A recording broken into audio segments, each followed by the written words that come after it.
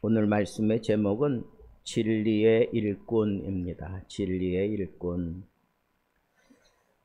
사도 바울은 지금 로마 감옥에 갇혀서 편지를 쓰고 있습니다. 로마 시위대 병사와 함께 그 공간에 묶여 있으니까 자유스럽게 다닐 수도 없습니다. 그러니까 바울이 이렇게 감옥에 있는 동안 복음도 전할 수 없고 복음도 묶여 있는 것처럼 그렇게 생각하기 쉽습니다. 그러나 바울은 이렇게 당당하게 얘기합니다. 이 복음으로 말미암아 내가 죄인과 같이 매이는 데까지 고난을 받았으나 하나님의 말씀은 매이지 아니하니라. 하나님의 말씀은 매이지 아니하니라. 얼마나 멋진 말씀입니까? 사람은 묶여질 수도 있습니다. 그러나 하나님의 말씀은 결코 묶이지 않는다는 거예요. 가둘 수 없다는 거예요. 이 고백은 바울만의 고백이 아닙니다. 우리 모두가 붙잡아야 할 진리의 일꾼 정신이라고 할 수 있습니다. 그러면 진리의 일꾼은 어떤 사람일까? 어떤 자세로 그 일을 감당해야 하나? 첫째는 매이지 않는 말씀을 믿는다는 것. 바울은 쇠사슬에 묶였지만 복음의 능력은 묶이지 않는다고 그렇게 얘기하고 있잖아요. 이거는 그냥 낙관주의적인 정신이 아니에요. 이거는 역사적인 그런 증거입니다. 바울은 그걸 잘 알고 있는 거예요. 요셉이 감옥에 갇혀 있었지만 그 감옥에서 오히려 하나님의 꿈이 실현되어지는 것을 경험하게 되잖아요. 사람들은 억울하게 감옥에 가두어 놓으면 이 요셉이 스스로 좌절하거나 실망하고 포기할 것 같이 생각하지만 아니에요. 시편 105편에 보니까 뭐라 그랬어요? 한 사람을 하나님이 먼저 보내서 어디까지 보냈느냐? 감옥까지 보냈다는 거예요. 사슬에 매이는 데까지 보냈다는 거예요. 언제까지 그렇게 묶어두셨느냐? 말씀이 응할 때까지라 그랬어요. 말씀이 응할 때까지.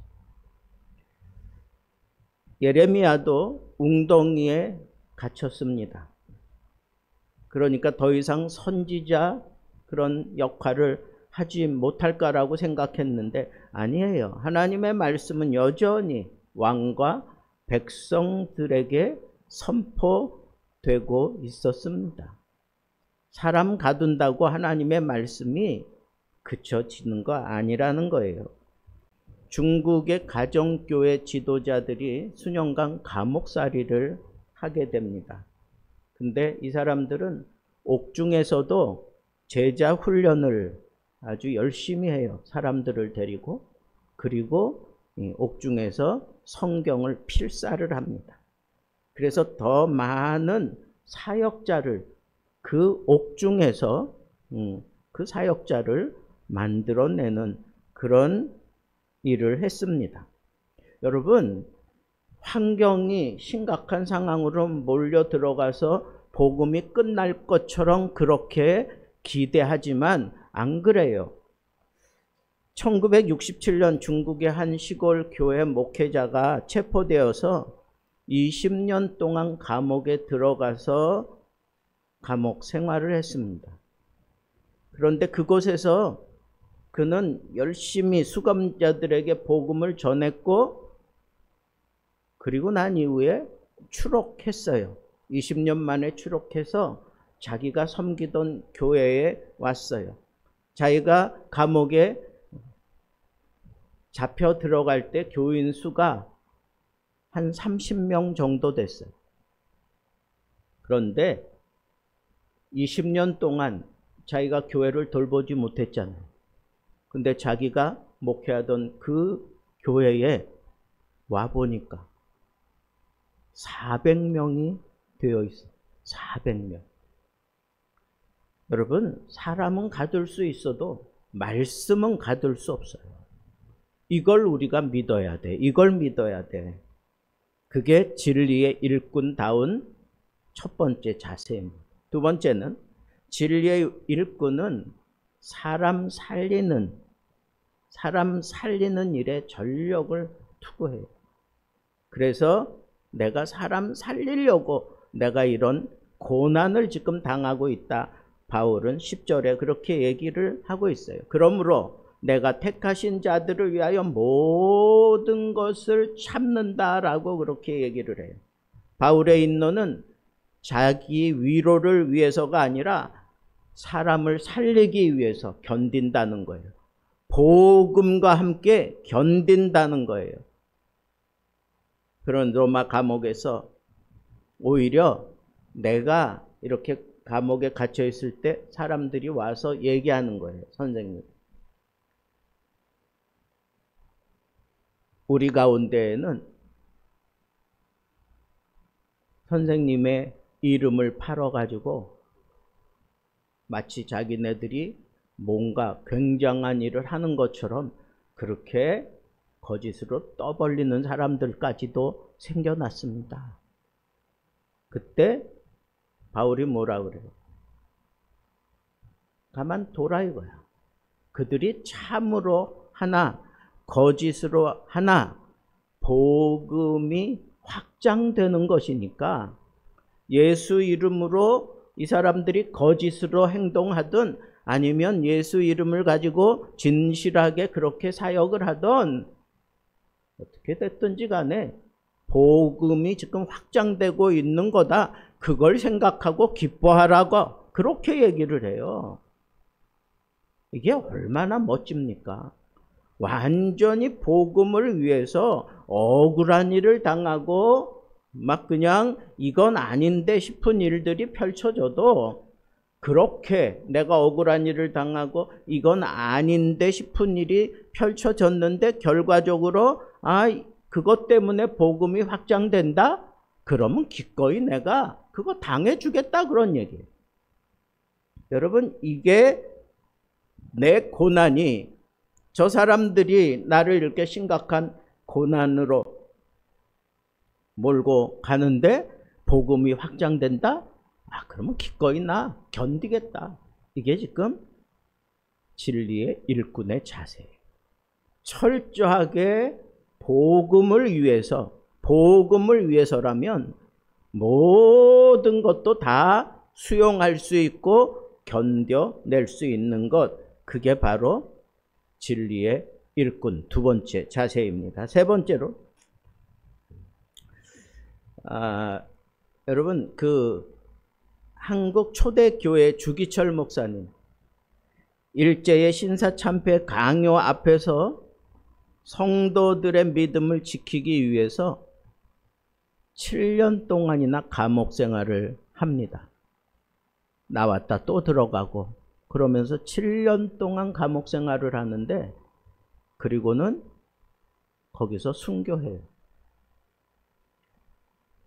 근데 그 주기철 목사님이 하신 말씀, 나는 비록 쇠사슬에 묶여도 성도들은 자유롭게 예배 드리게 하겠다.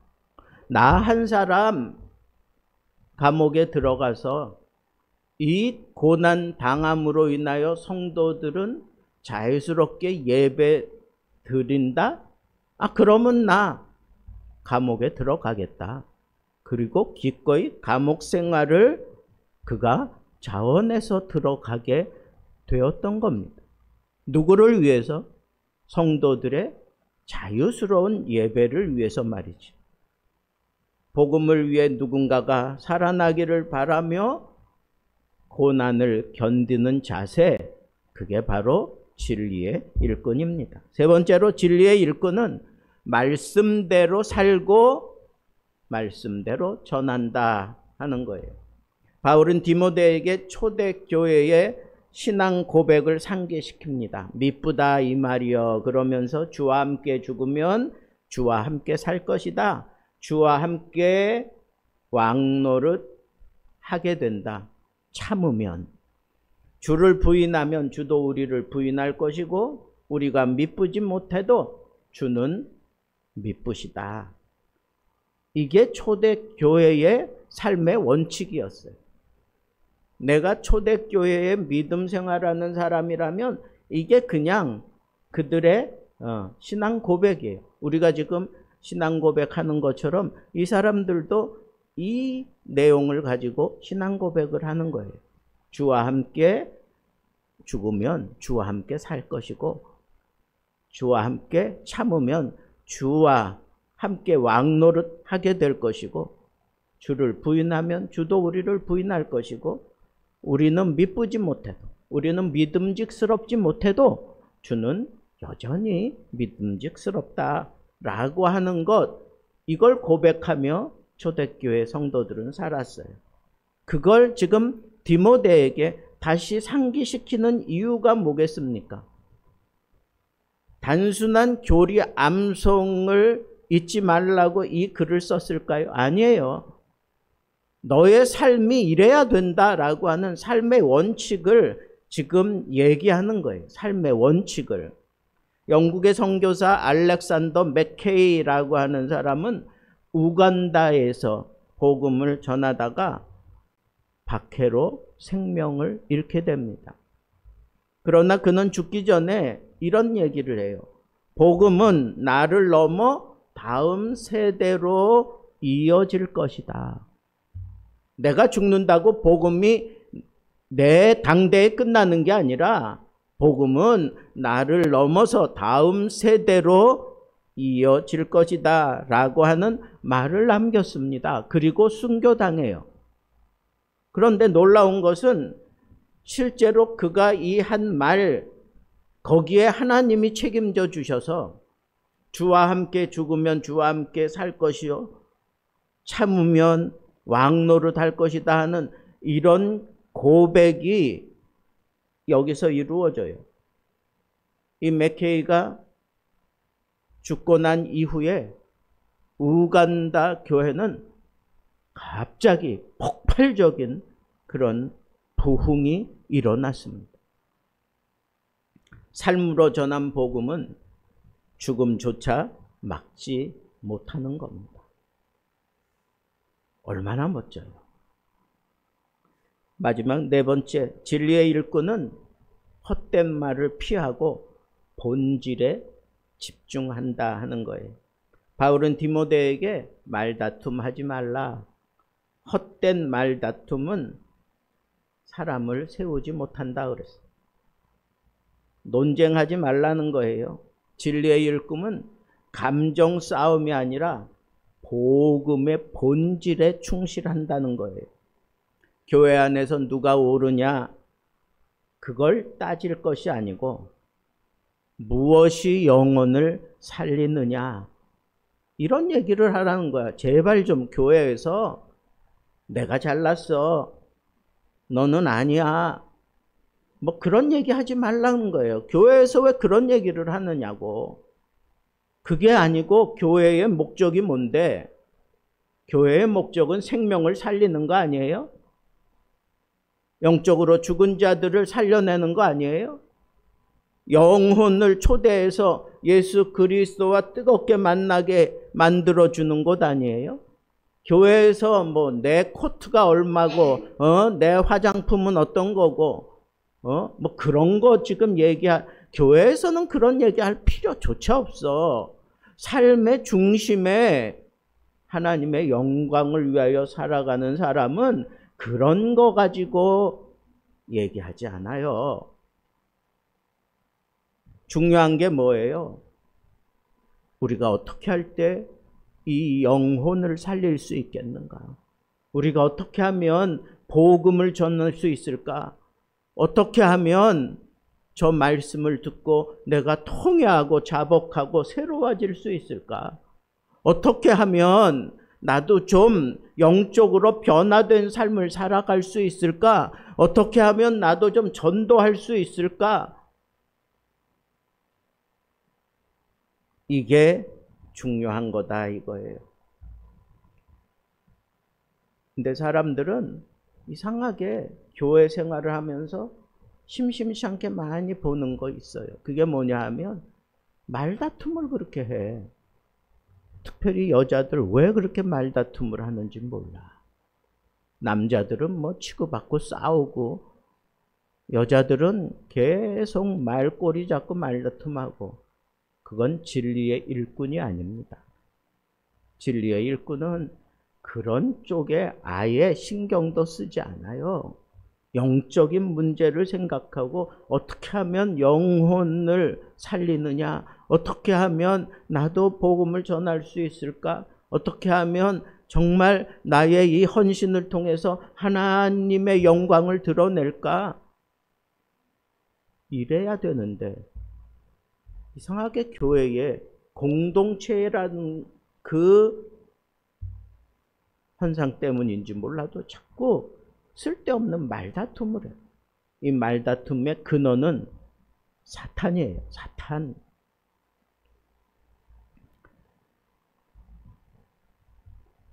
어느 대형교회 목사님이 이런 말을 했습니다. 내가 한 번에 말다툼을 해서 저 사람을 내가 누질러 놓을 수 있는데 그로 인해서 한 영혼이 실족하게 된다면 나는 기꺼이 말다툼 안 하고 져주겠다.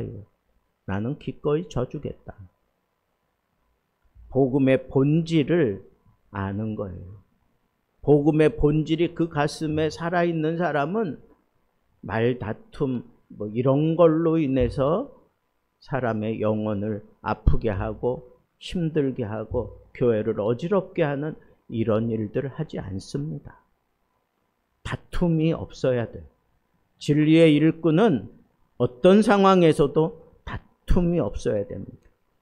결론적으로 매이지 않는 말씀을 품고 사는 사람, 그 사람이 바로 진리의 일꾼인데 진리의 일꾼은 환경에 묶이지 않습니다. 사람을 살리기 위해서 견딥니다. 말씀대로 살고 전하고 본질에 집중하는 사람입니다. 바울은 쇠사슬 속에서도 이 사명을 지켰고 디모데에게도 동일한 길을 걸어가라고 요청을 합니다. 오늘 우리도 세상이 막을 수 없는 그런 진리의 일꾼으로 살아가야 된다고 하는 도전을 오늘 말씀을 통해서 여러분들이 받았습니다.